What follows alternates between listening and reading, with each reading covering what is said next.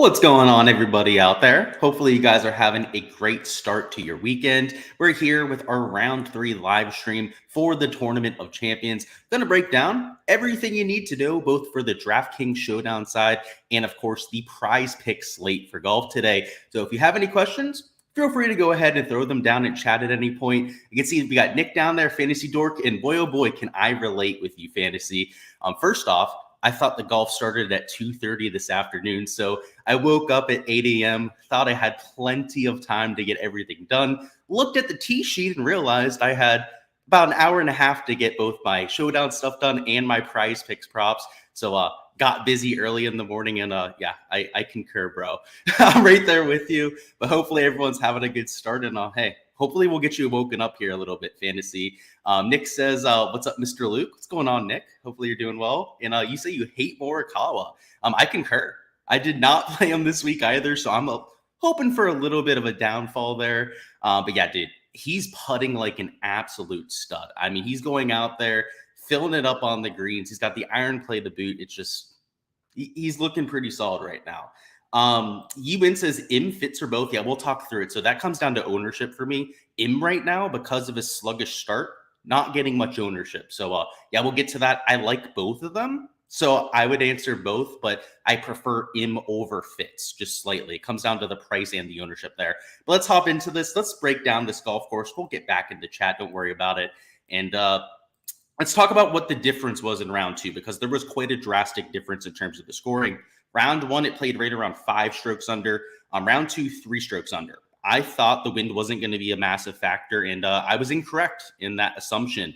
The players definitely had trouble hitting greens. The GIR percentage was right around 8% lower than what you had in round 1. And also with the fairway percentage, which this was actually the surprising aspect to me, was a whole 15% lower, which usually wind starts to affect your iron shots a lot more than your tee shots. But I guess with some of the elevation changes and how exposed the holes are, you know, you do launch that driver way up into the air as well. I understand why there would be an effect, but kind of surprising that it was as large effect as it was. So conditions obviously reflected the lower GAR and fairway percentages and led to a 3 under par scoring average. Despite that, you still had players take it low, right? Like a Luke List got it to 8 under, Morikawa, Scheffler, Spieth. Luckily, Scheffler and Spieth were 2 of my biggest plays on prize picks yesterday. Were able to kind of like carry us there. But I mean, I really lucked out yesterday. I mean, even took a Tom Kim, he shot 4 under par, ended up hooking us at 6.5 birdies. A majority of the field really struggled.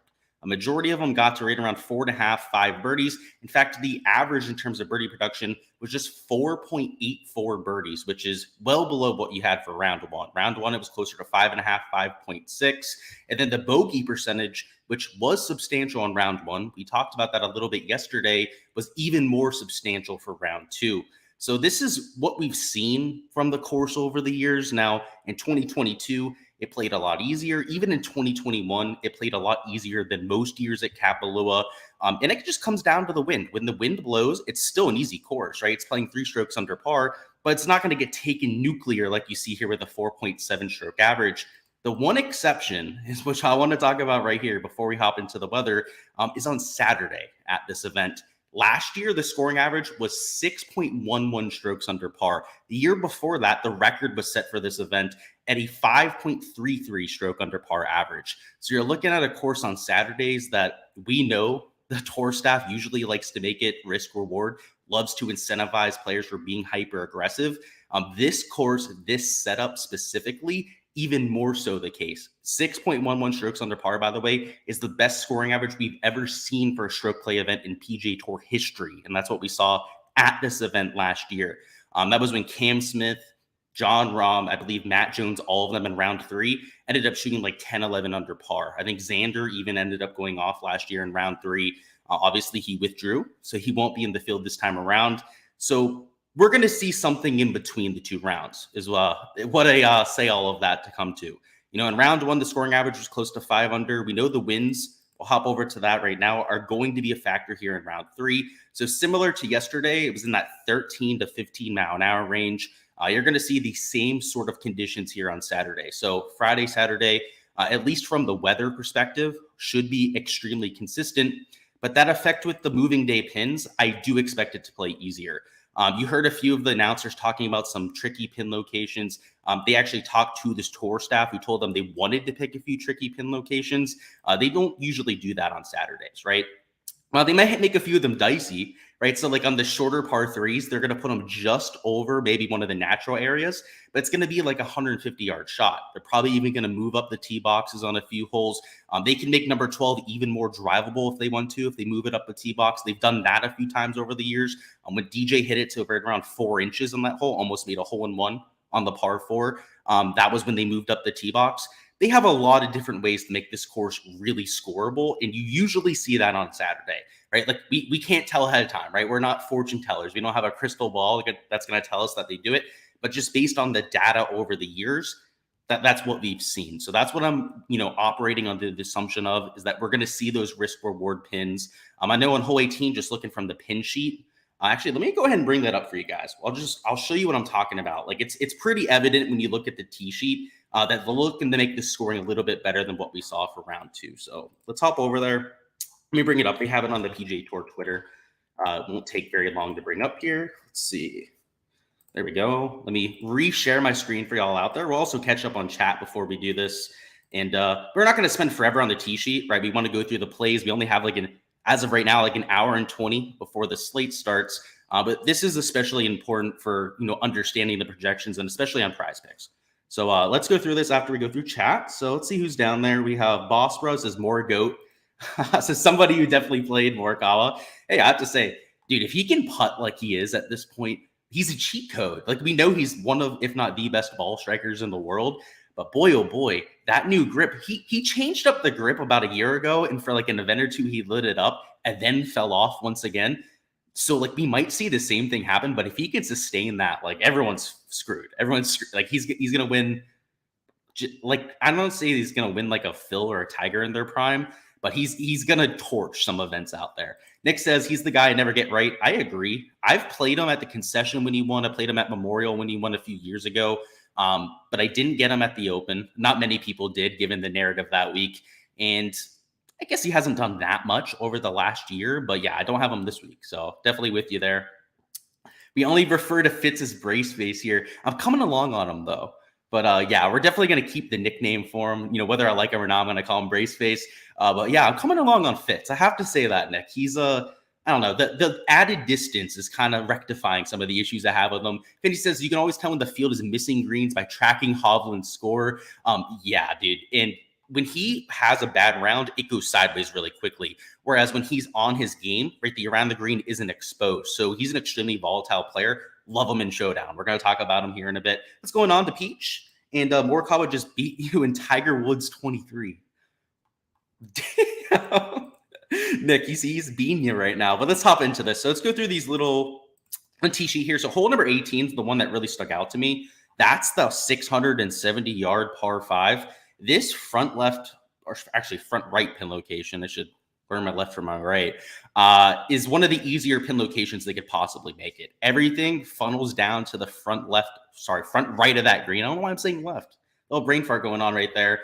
And you can see here on hole 16, somebody else pointed this out. Hole 16 is also going to be extremely gettable. It's up on a little ledge. This is the hole where Ches Reavie, you guys may have seen the highlight compilation of this before, hits it off a hill to the back left of a green and funnels it right into the hole. That's because this entire area to the back left of number 16 is sloped onto this pin location, which means to hit it to like 5 feet, you have like a massive little landing zone right there. So we're probably going to be looking at some solid scores there. I mean, 18, like I said, probably the easiest pin location they could choose.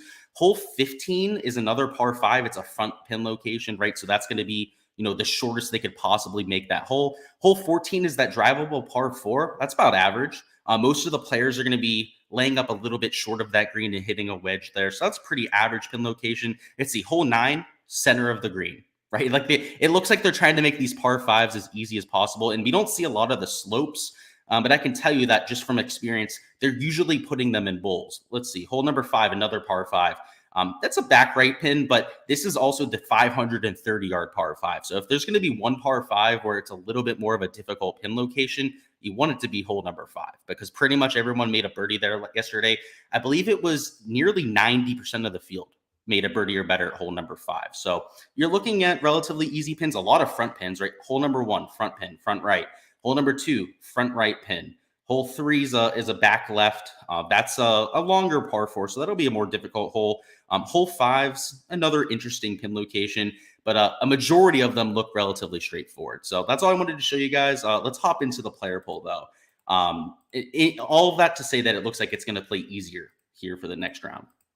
All right, so let's bring up these projections. We're going to start with Showdown and then do prize picks at the end. But for Showdown in round 3, just for anybody that's new to it, because I know some of you out there probably not as experienced, that's more than okay. That's why we're here. Is all of the ownership goes to the guys at the top of the board. Not all of it, but it's heavily skewed towards them. So a Scotty Scheffler, you can see I have him at 35% now. He's actually higher owned than a Jon Rahm based on their scoring to this point. You can see a player like a Collin Morikawa is nearly 40%. Even a Tony Finau, who's right outside of contention, I have right around 25%. The further down the board you go, the even more skewed towards score that it is. You can see guys like Aaron Wise here, another 10 under par, just outside of contention, nearly 25% owned. Seamus Power, Tom Hoagie, also relatively high owned. And Corey Connors down here, another 10 underscore. What is he? Yeah, 10 under. And Luke List, another 10 underscore, are sometimes 2, 3, 4 times as owned as the players around them. And in round 4 Showdown, there are placement points. It is the one round of Showdown where I understand getting to those chalky players. But when you're talking about rounds 2 and round 3 Showdown, or even round 1, if you're going with that, there are no placement points involved. So there's no real advantage to taking the guys at the top of the board other than that they're in form, that they've looked good over the first 2 days. But if you've played golf in real life, if you've watched golf enough, you know how random the sport can be. You know how one player can look invincible one day and then look like he cannot hit the broadside of a barn the next day. You've just seen it over and over again. If you've played golf, you've had that experience more than a handful of times, I'm sure. And fading the guys that are chalk in 4-round stuff is usually something that pays off long term, but in a single round sample size, it's an absolute gold mine. So unless you're completely sold on somebody that's like 35, 40% owned, you should be blindly fading them. It should be that straightforward. That's essentially what we're looking at here for Showdown, right? So a Scotty Scheffler, a Morikawa, who we pointed out, all of those players just aren't even in consideration. I am just trying to choose the guys that are lower owned that I think are the best plays. So a Jon Rahm, for example, his line on sportsbooks is 68 today. So 68 strokes. They're putting them at 5 strokes over under, which is, would be 2 strokes better than they averaged yesterday. Kind of like I was looking at for round 1. I usually try to follow that sentiment. He's somebody who doesn't get held down for very often. I mean, he can have a bad round, but he bounces back a lot quicker than most players. And he's only 27% owned. So this is the lowest ownership I think you're going to get on him all week. And he's 5 strokes off the lead. He's 3 strokes off of second place. He's more than capable of making up those strokes today. And he knows that, right? He wants to get into that final group. He looks like one of the more focused players out there. He's the only one that's seemingly getting mad and aggressive after a lot of his shots.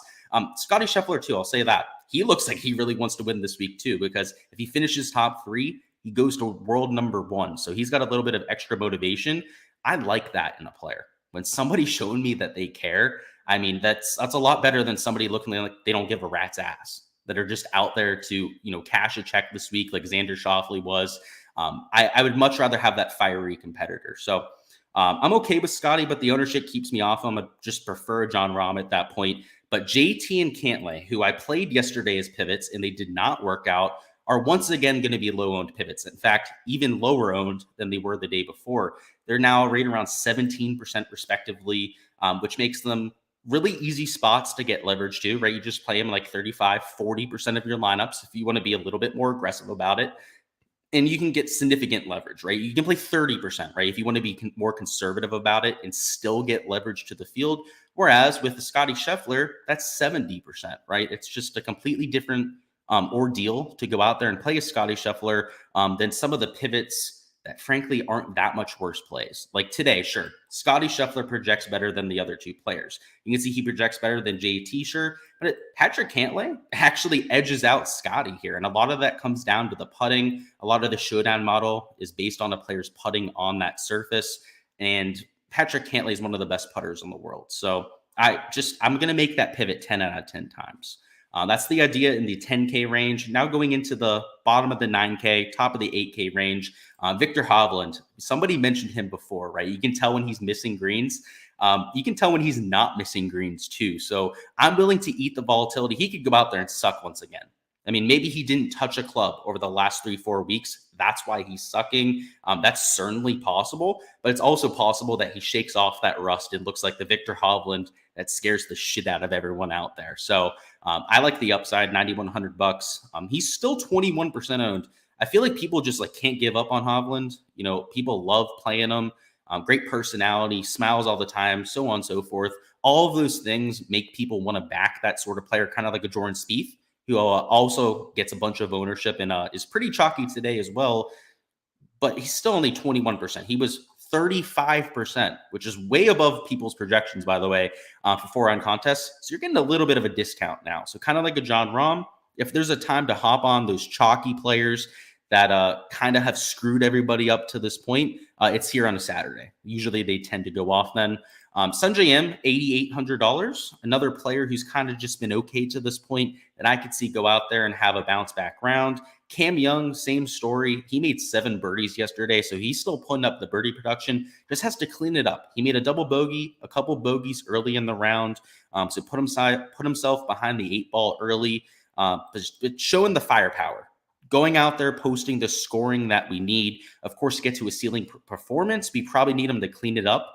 Perhaps even go out there and post a bogey-free performance, but it's possible. He's a world-class player, right? He's a volatile young player. He's going to have a few down rounds like you saw yesterday, but you also see him first-round leader, contending at the Open Championship at such a young age. You know, the upside's clearly there as well. Let's catch up on chat, see what's going on down there, boys. Nick says, more Kawa. We already said that. And DePeach says, I'm with you. Kawa always ends up wrong. Yeah, there's a few guys like that. I know for me, Xander Schauffele is kind of like that. I'm usually really wrong on him. Didn't happen this week. I'm glad I dodged that bullet. Played 0%. But I was worried that he was just going to go out there and light it up because we've just seen the injured golfer. Sometimes you have to be scared as hell of them. They a lot of times outperform what people's expectations are. And from what I heard from some of the announcers, he told people going into the week that he was fine. So those reports out there that were saying that he looked horrible on the range and whatnot going into the week may have been fake news. I just want to go out there and throw it out there because the first time that I heard any of the announcers really picking up on that was until after Thursday's round. They mentioned discomfort when he got into Maui. That's what Brandel Chambly said last night, but it wasn't like he was going to have to withdraw. It was just like, okay, it was a little bit of discomfort. They mentioned that the first time the red flag really went up was Friday morning. So I don't know. So just don't look into the injury stuff too much. I mean, I did it this week, right? I escaped that red flag. But from what I'm hearing from the media, it's just so misleading. And a lot of the accounts that people were taking serious this week, myself included, right? Because a lot of the other people in the industry were also taking them serious, were like accounts with a couple hundred followers or like 1,000 followers, like a Xander Schauffele account, that sort of thing. I don't know. I think it's susceptible to misinformation. That's all I want to say there. Thoughts on Finau? Yeah, good question. So Tony Finau, the ownership isn't massively high. So kind of like a John Rahm, if you like the play, more than willing to get there. I just don't have enough room in my pool. I have too many guys as is. So I can't play a Tony Finau. But, let's say you're not sold on Patrick Can't Play. Couldn't blame you. There's a reason why I call him Patrick Can't Play. Then get to Tony Finau, right? If you're not sold on JT, that sort of thing. He's the odd man out up top. And certainly if there's somebody that I was going to add to the pool, let's say I had to add an extra player in the top of the 9K range, it would be a Tony Finau. He looked decent yesterday, made 6 birdies, had a few bogeys that kind of scratched up the card, made it look a little bit worse than reality. Loved him going into the week. Swing looks solid. Yeah, no problems there to Peach. He's probably a solid play. Kevin says, would you go Im or Hovland for a GPP? Okay, good question. So it comes down to ownership. So Sungjae, actually a little bit higher end. It'd be Hovland for me. If Hovland's going to be lower owned than Sanjay, and that's what my ownership algorithm is spinning out right now, a lot of that has to do with this score right here, right? Just I don't know what it is about the casuals out there. It's the most correlated thing to the ownership algorithm I have is just score. And anytime you look at the actual ownership numbers at the end of the day, it's eerie. It's insane how the casuals use score. They're like, oh, Morikawa 16 under lock. He's clearly going 8 under today, right? So yeah, Hovland, yeah, if he's going to be lower owned, and you can see it's close, right? It's a 2% differential between the two players there. I'd go Victor Hovland's way. And if they were even ownership, so let's say that I was projecting them for the same level of ownership, I would go Hovland too. So I want to throw that out there in case the ownership doesn't bear out exactly this way. I'd still be on the Hovland side. Let's see what's going on. Next question. And just thank you. Yeah, of course, man. If you guys have any questions, feel free to throw them down in chat. We're going to go a little bit quicker through the value tier, right? So I want to spend my time, do my due diligence at the top of the board. So if there are any players down in the 6K range that you really want to deep dive on, now's the time to throw that down in chat before we go into the prize pick stuff. So Cam Young, another great high upside play like a Victor Hovland. Tom Kim, he's also relatively low owned, right? He's 12 under par, so he's towards contention. But yesterday he shot 4 under par, which was far from his best stuff. So while people will look at total score, they're also going to look at last day's performance to try and find their best plays. And if somebody only shot 4 under par, 5 under par, they're not going to get a massive bump in that department. So that's why Tom Kim, rather than being like mega chalk, 35% owned, comes in closer to something like 26.8%, which it's doable. You can play him in half your lineups in Showdown and get leverage. If you want to be a little bit more conservative, I guess you could play 40% and just get partial leverage to the field. Either one of those options sounds adequate to me. Sounds something like I'm willing to do. I'm personally going to have 50%. I'm going to take the more aggressive approach. But if you're playing a massive player pool, fitting in 50% might be a little bit more difficult. So just handle that as you may wish. Will Zalatoris, it looks like the health is there. That's what I was worried about going into the week. So the fact that he's finished 2 rounds, some of the longer putts look smooth like we saw in 2022, perhaps this is the time to hop on, right? -8 to this point, it's not really getting it done. But if he can go out there and really have a solid ball striking day, we know he's capable of 8, 9 under par, and he's only 14.5% owned.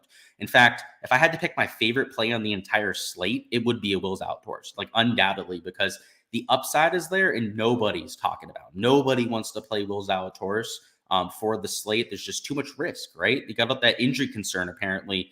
Well, he's played 2 rounds. He's proved it enough to me. So yeah, I'm going to get to him. Max Homa, no injury concern, just hasn't looked great through the first 2 days. But just like some of the chalky players, a lot of times will regress back to the mean. Sometimes the world-class players like a Max Homa that are underperforming will do the exact opposite, right? Will regress in the positive direction back towards what they usually do. So Max Homa, 9.6% owned, so ownership way down on a Homa, which is really what makes him attractive there. So I'm going to get really aggressive leverage on a Homa. I was looking at 35% on the last run that I was with.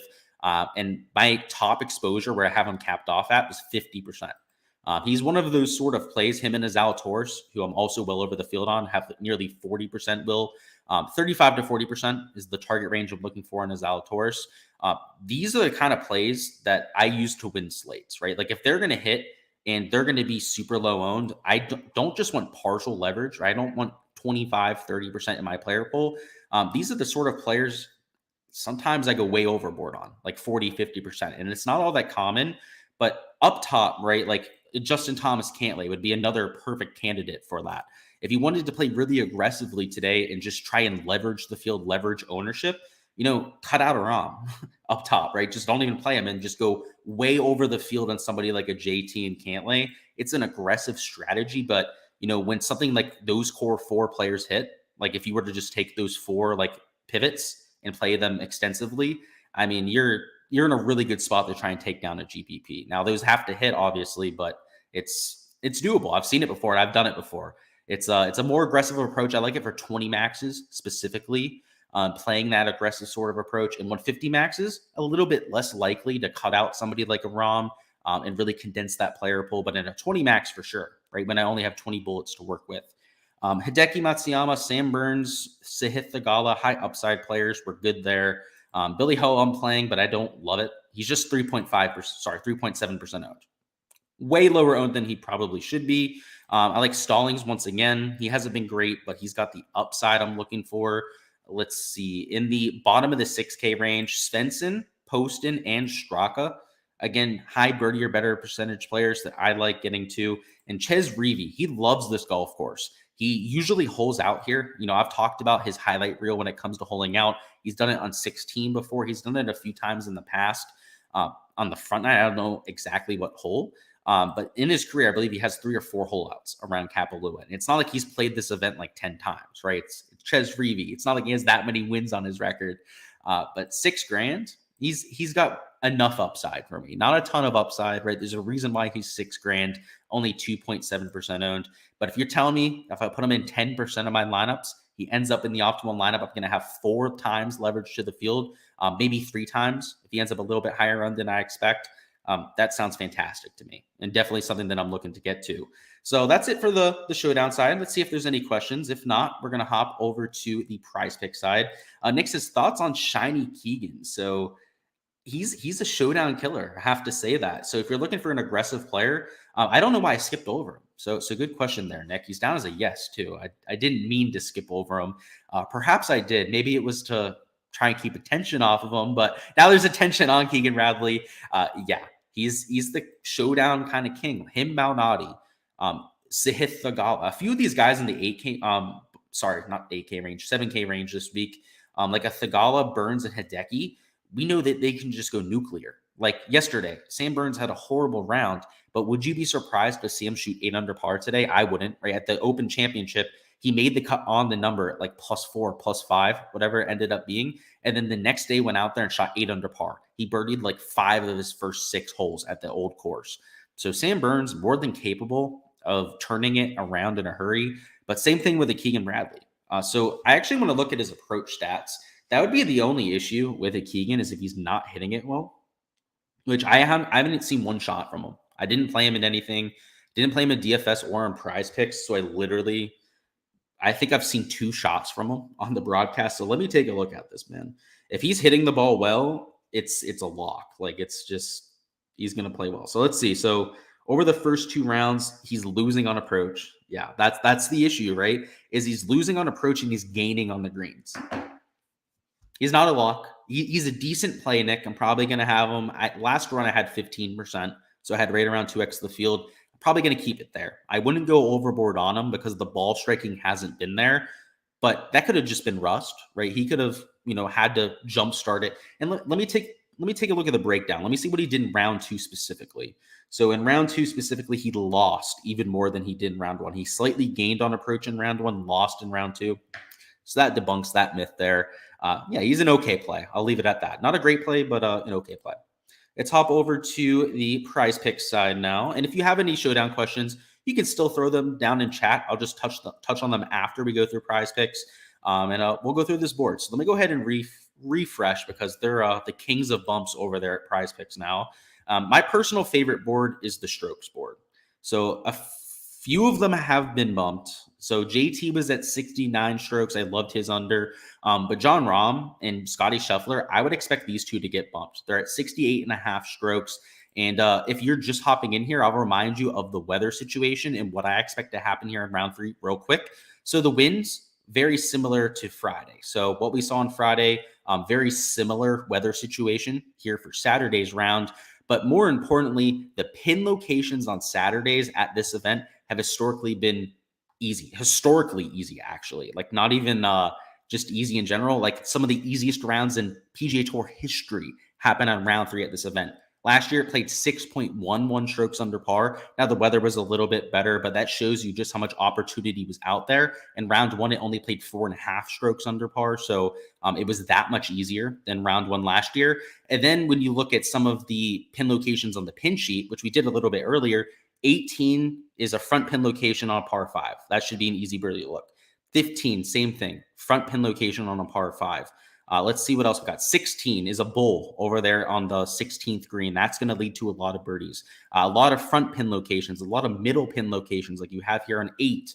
Hole number 9's a middle pin location. There's a I guess those are the only two middle pin locations, but like 4 over here, right? It's not technically in the middle, but it's 8 paces off the right side. That's an eternity for a tour event. Now, the ones that are tucked like 4 paces to the side here on 5, that's a little bit more difficult. 7, the same sort of story. But, typically you're seeing 8, 9 holes like that on a PGA Tour setup. So it looks like they're trying to lead to better scoring. It looks like they're trying to make it a little bit easier for these players because the weather kind of killed them yesterday, right? They only shot 3 under par for round 2, which is way harder than the average at this event, especially over the last 2 to 3 years. So expect some regression in the other direction. Expect the tour staff to kind of help them along there. So with that being said, the ROM, Scheffler wasn't an official pick of mine, but I definitely think it's a solid under at 68.5.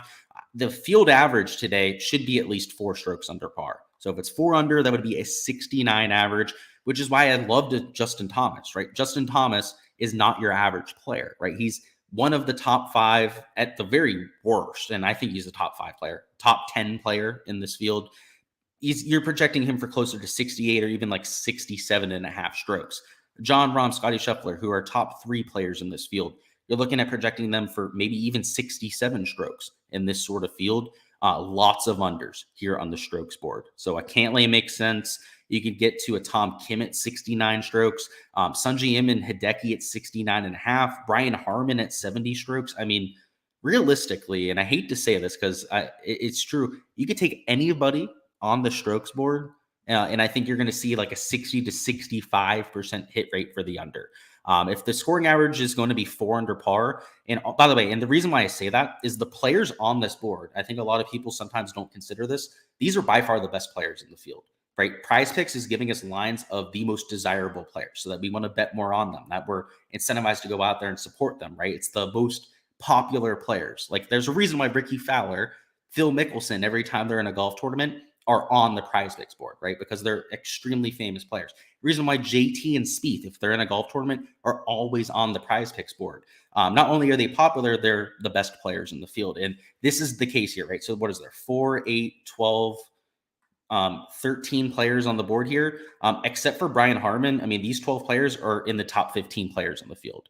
Now, there's a few guys like a Cam Young, Sam Burns that we can't bet on, but that are also fill out that top 15. But pretty much everyone else is here. So if the scoring average, this is all to say, if the scoring average is going to be 69, the scoring average for these players is going to be like 68 or 67.5, or even like 67, 66.5 for some of the, top end players in this field. Then when you consider the moving day pins, how aggressive some of the players that are playing from behind are going to be, like a JT. That's why I liked him so much, because he's has to play from behind, has to be aggressive out there. He's going to have to go for it today. So that's what I'm thinking on the stroke side. I guess on birdies or better, it's worth noting. I don't hate it either. I guess I prefer the stroke side because it's easier to get there, right? To cover 68.5, you have to make 5 birdies. If you have a clean card, you can get there. You can make 4 birdies and an eagle and get there. 6 birdies, which isn't going to cover the line over here. You still have a bogey to work with, and you can cover the strokes line there. I know it brings volatility into play. You just got to hope that your players don't hit a ball out of bounds, but it's going to lead to a higher hit rate. So that's why I'm sticking to the stroke side.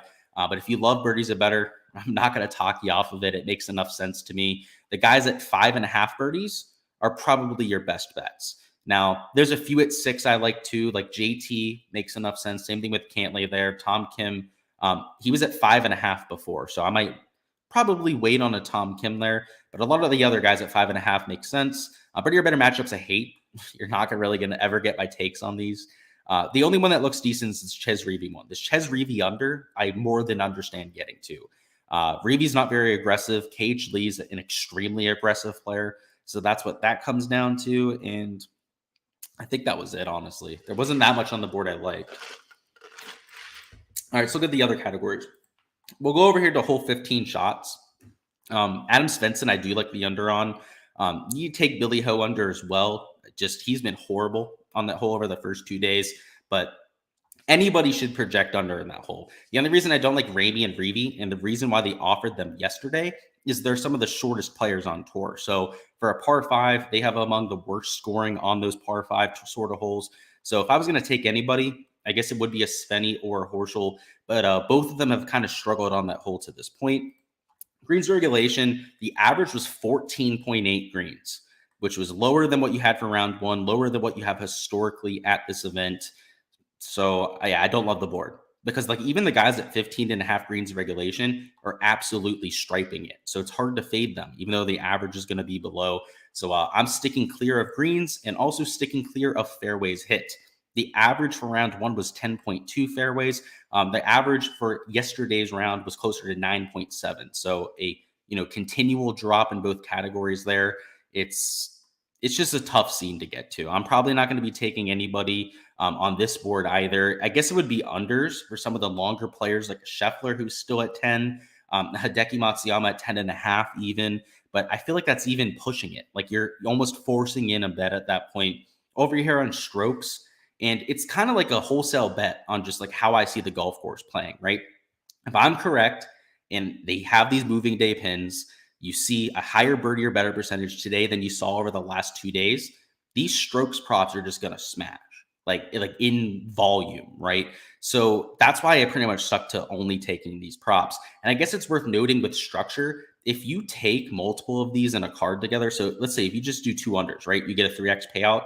But as soon as you add one more guy to the fold here, you start to get lower payouts, right? So instead of 5x, you're getting 4x here in terms of payout. You got another one, it gets even worse. You're only getting 7x as opposed to 10x payout. So what I did is I just took all of the props that I have on my Patreon page that I actually am playing for strokes, and I mix and matched them. So there were 6 on there that I ended up taking for strokes.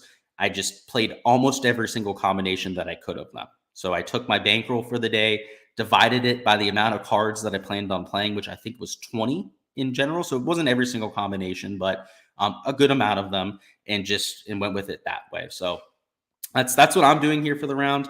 I don't like playing for the smaller payouts. If you're going to do a weird card and try and take like a 4 or 5 man card, do 4 players. Okay. So just follow me here and do the flex play. So the 4 leg flex play typically pays 5x to first. So it's 5.5x now. So it actually goes up, which is kind of weird. But your 3 payout goes from 1.5x down to 1x. Now, I've done the math on this. You're actually losing money by them giving you the extra 0.5x for the 4 correct. But I don't know. There's something for having the extra incentive there for first place. I've entered a few cards like this in my career, but I want to make it very clear from the ROI perspective, it's not a good thing that they're doing this, that they're taking the 0.5 from the 3 picks to the 4 pick perspective there. Because just to give you an idea of the math, it's very simple. I can give it to you logically. I'm not going to put the numbers on screen. I can in the Discord if you guys want, but you have a higher percentage chance of getting 3 out of 4 right than 4 to 4 right. I think everyone out there can see how that would be the case. So that 0.5x is worth more in the 3 pick category because you get it more often, right? So it's nice to have that 0.5 on the 4 leg one where you have to get all 4 right, but that happens less often than the fact that you get 3 out of 4 right. So that 0.5x is worth less on that leg, right? So it's pretty intuitive, the math there, but hey, it's not a horrible way to structure your card. Let's see what's going on down in chat. See what's going on with you guys. Let's see. Tanner, you said skinny Keegan. I didn't even realize you said he's skinny. Yeah, I heard he's on some sort of diet, right? He's doing like a carnivore diet. Maybe that's why he's sucking to this point, right? He's lost weight. He's not hitting the ball as far. Maybe he needs to start eating some more vegetables. Who knows? They always tell us, right? Eat your vegetables. And then these people are like, oh, I'm going to go on a carnivore diet and only eat meat. Like what are you thinking, bro? Tanner says thoughts on Connors or Poston or KH Lee. So I'm assuming that's for Showdown. If it's not for Showdown, if it's for Prize Picks, let me know what prop you're talking about. But in terms of Showdown, I love Poston. I love KH Lee, both aggressive players. Connor's a little bit less excited about, but I'll give you his ownership at the very least. So with Corey Connors, I don't have him in my pool. It just comes down to his ownership. He's 20%. So he's 19.8% owned. Somebody like a Poston is only, 9.5% owned. So he's half as owned. And KH Lee's 15.1. So KH Lee, a little bit higher owned. So if you're looking for a pivot, it would be a JT Poston. But Corey Connors at nearly 20%. That's getting pretty chalky at that point. So that would be my only concern with him. Eric says, is Rahm's ownership lower than Scheffler and Morikawa? It is. Yes, it's lower than both of them. Just to give you an idea on the exact metrics, Jon Rahm's 27.3%, which is still high, right? 27.3 is much higher than your average player, but Scotty Scheffler's 35.6 and Colin Morikawa is 38.7%. So yeah, you're spot on there. David says, do you like fairways hit again today? Did well with JT and Rahm under. Yeah, so I did the JT, Rahm, and Hideki under yesterday, and they all three ended up hitting for me. But unfortunately, they moved the board. They caught on to us. They saw all of us taking those unders on fairways and adjusted the board. So now you have guys down at like 10 and a half. I still like a Hideki under, potentially a Scotty Scheffler under as well, but it's a lot closer to their projection, right? We would be projecting them for closer to like 9.5 fairways, because for even as inaccurate as some of these players can be, they're 80-yard wide fairways. They're hard to miss. So the fact that Jon Rahm was only hitting like 5 and then I think like 6 fairways there in round 2, it's hard to believe he's going to do that all 4 rounds. So it's not my favorite category, but there are some props that I lean under on. I just wish they kept the pricing the same, right? Put them back at like 11 and a half fairways. Then I'd be right back there with you. We'd be slamming the unders there. Yeah, we got that.